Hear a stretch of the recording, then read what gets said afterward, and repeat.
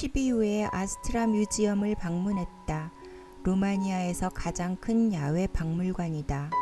원래 루마니아에서 가장 아름답기로 이름난 도로를 지나 멋진 풍경을 볼 수 있는 발레아 호수를 방문하려 했으나 도로가 폐쇄되어 갈 수 없었다. 이 박물관은 광활하게 넓은 땅에 트란실바니아의 삶과 생활 양식과 건축, 그리고 멋진 풍경도 볼 수 있다는 마리아의 강력한 추천에 방문해 보기로 했다. 아침 8시 오픈 시간에 맞춰 입장하니 사람이 없다. 들어가자마자 넓게 펼쳐진 잔잔한 호수가 우리를 반기고 호수를 주변으로 옛 트란실바니아의 가옥과 생활 양식을 알 수 있는 다양한 구조물이 펼쳐져 있었다. 숲길을 따라 호숫가를 걷다 보면 그들의 집들을 가져와 전시해 놓은 것들이 보이고 농업은 물론 어업을 하는 그들의 생활 양식을 알 수 있도록 했다. 와인 저장고, 곡식 저장소와 재분소, 그리고 오일을 착유하는 기구, 곡식을 빻는 기구들도 있다. 특히 흐르는 물을 이용해 빨래를 했던 무동력 세탁기 빨래터와 방앗간 배가 인상 깊었다. 물레방아만 물 위에 있는 것이 아니라 방앗간 전체가 물 위에 떠 있는 것도 신기했다.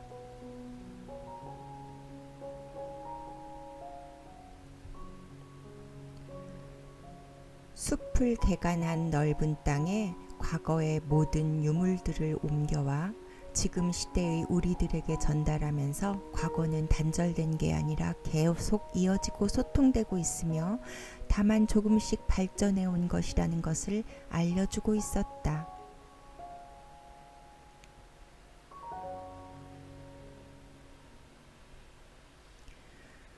우물에서도 동물의 힘을 이용하거나 긴 지렛대 또는 톱니를 이용하여 쉽게 물을 길어 올렸던 지혜를 볼 수 있었다. 우리나라에서는 볼 수 없는 것들도 있어 신기했고 한편으로는 그 당시 그들의 기술이 부럽기도 했다.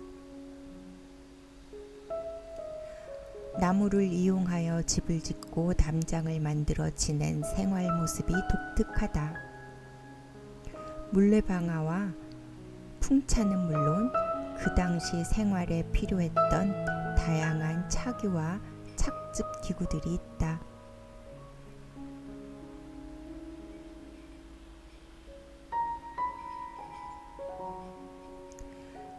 그들의 놀이시설로 회전 그네도 보이고 심지어 그들은 나무 볼링핀을 만들어 즐기기도 했다. 때때로 실제로 내가 움직여 볼 수 있는 기구들도 있어 직접 만져보니 꽤 흥미도 있다.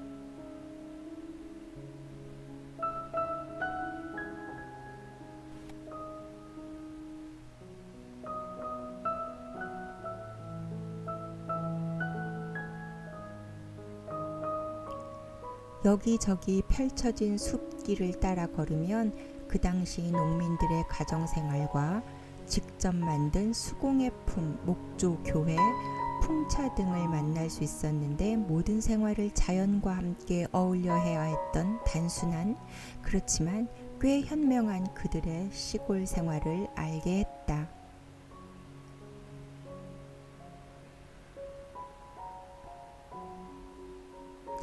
매혹적인 풍경 속에 자리한 이 야외 박물관은 자연과 문화를 조화롭게 생활해 나간 루마니아인들의 삶의 방식을 우리에게 고스란히 보여주고 있는 듯했다.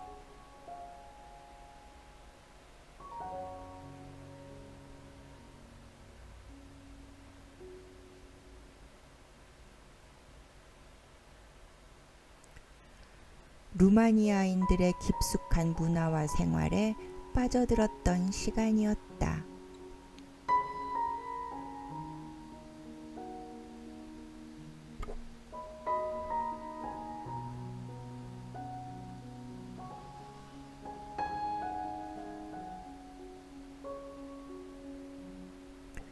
2시간 넘게 걸었더니 다리도 몸도 지쳐온다.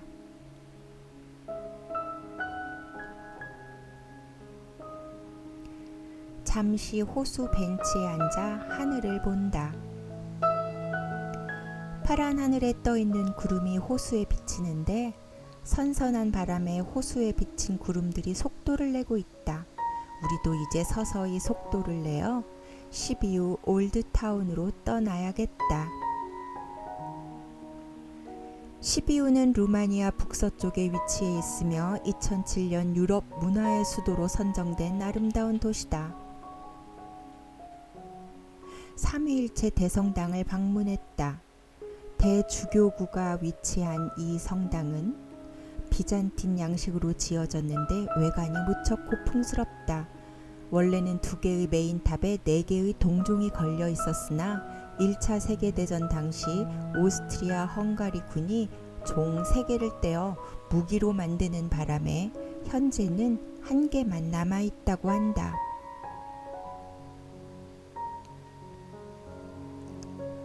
성당 내부가 무척 아름다운 곳이라고 알려져 있다. 다른 성당보다 우아하고 고급진 분위기가 나를 사로잡는다. 엄숙함보다는 왠지 우아함과 고상함이 풍기는 독특한 성당 내부의 느낌이다. 벽마다 섬세하게 장식된 성화는 정교회의 특성을 그대로 보여주고 있다. 사실 시비우는 과거 독일인들이 많이 거주했던 곳이라 루터교 교회가 그 당시 중요한 위치를 차지하고 있었으나 현재는 주민의 80% 이상이 루마니아 정교회를 믿고 있어 루마니아 정교회의 중요도도 매우 크다고 할 수 있다.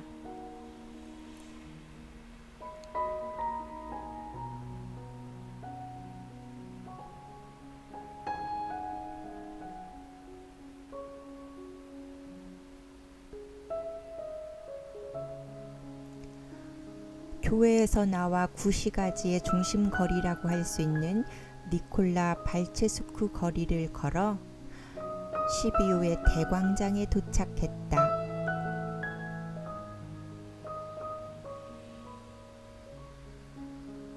우아한 아르누보 스타일의 건물들이 둘러싸고 있는 넓은 광장은 다양한 기념품들을 파는 부스들로 가득 들어서 있어 왠지 광장다운 분위기가 덜하다.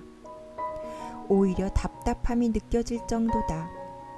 확 트인 광장다운 널찍한 맛이 사라져 조금은 안타깝다.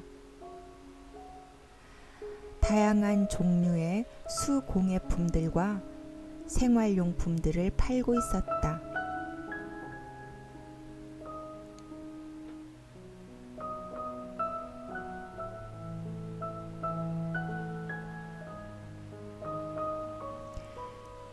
광장 한쪽에는 브루켄탈 박물관이 있는데 바로크 양식의 정문이 인상적이다.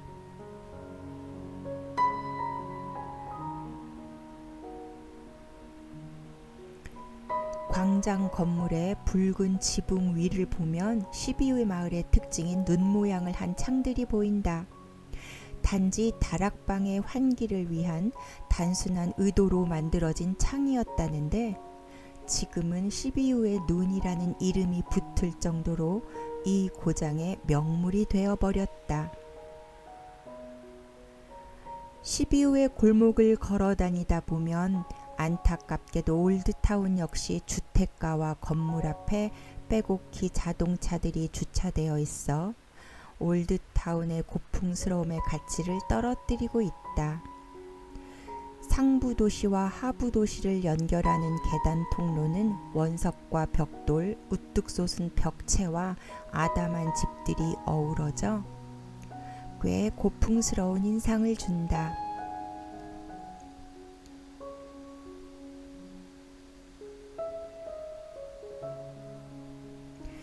마을을 연결해주는 거짓말 다리는 아주 짧은 다리인데 2가지의 전설을 가지고 있다고 한다. 이 다리 위에서 거짓말을 하면 다리가 흔들린다는 전설, 그리고 이 다리 위에서 물건을 팔고 있는 상인이 거짓말을 하면 다리 아래로 떨어뜨린다는 전설 등 재밌는 전설이 전해오는 다리로 유명한 다리다. 그 당시에는 나무로 만들어져 위태로운 다리였나 보다. 하지만 지금 이 보이는 이 다리는 차갑고 시커먼 철로 만들어진 다리로 더 이상 고풍스럽지도 전설이 떠올려지지 않는 마을의 평범한 다리로 전락했다. 낭만이 느껴지지 않는 다리였지만 다리 아래를 걸어가는 돌길 주변의 풍경은 무척 낭만과 예스런 분위기가 있다.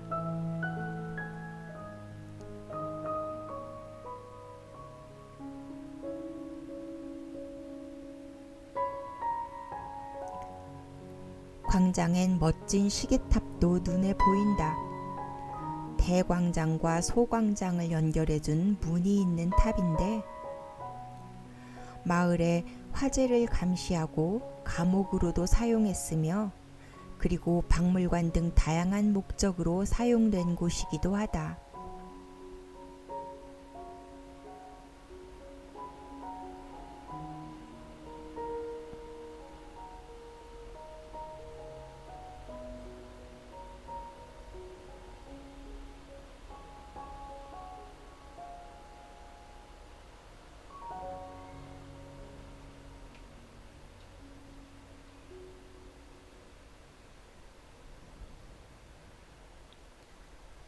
다시 광장 쪽으로 올라오면 대장간 타워였던 여행자 주택이 나온다.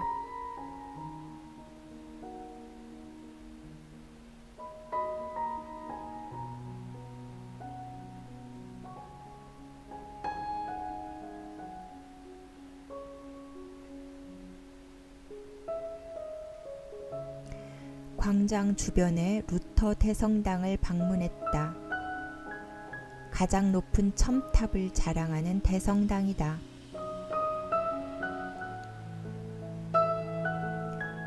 주변의 4개의 작은 탑은 시비우가 외국인들을 사형할 수 있는 권리를 가지고 있었음을 보여주는 권한의 의미였다고 한다.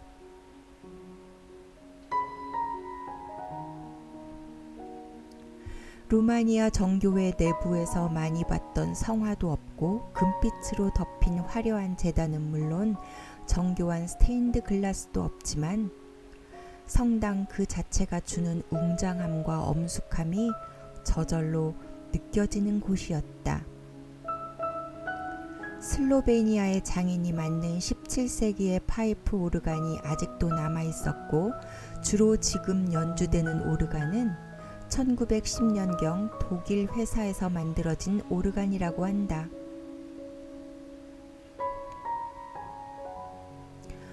또한 성당 내부에는 재건 당시 발견된 많은 유물과 벽화들이 전시되어 있었다.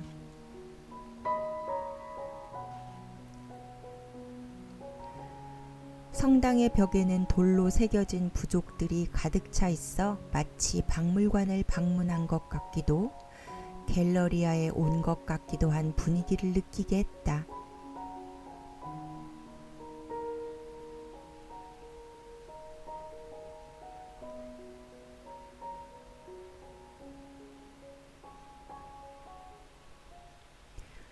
내부 관람 후 성당의 타워에 올라갔다. 생각보다 꽤 가파른 계단을 한참 올라가야 했는데 체력의 한계를 느낄 정도다.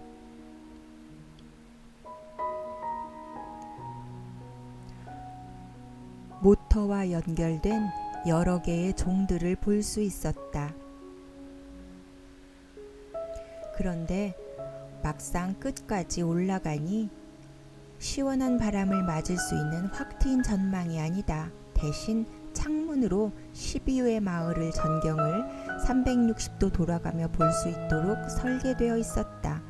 다행히 날씨가 청명한 오늘 높은 곳에서 내려다보는 시비우의 붉은 지붕의 파노라마는 더욱 돋보였다.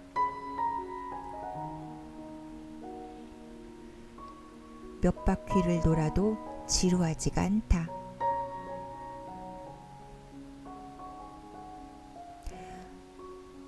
터에서 내려오니 벌써 이렇게 내 체력이 약해졌나 속상하기도 했다.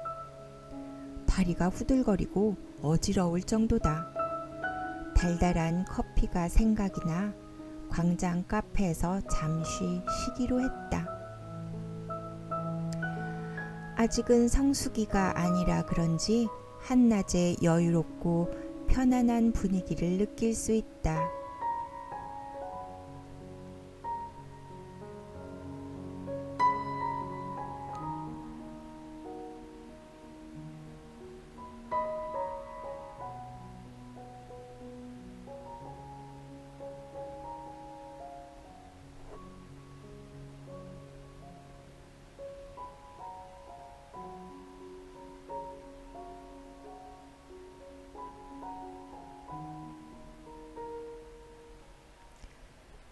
다시 힘을 내 시비우 올드타운 한쪽에 있는 도자기의 탑까지 걸었다. 15세기의 돌로 세워진 탑으로 방어벽의 역할을 했던 타워다. 도시 성벽을 따라 거리와 주변의 공원을 산책하는 길이 꽤나 아름답다. 중세 성벽 위로 솟아있는 탑은 비록 복원을 한 타워지만 옛 풍치를 느끼기에는 부족함이 없다. 특히 번잡한 중심가에서 벗어나 한가롭게 산책하기에 딱 좋은 곳이었다.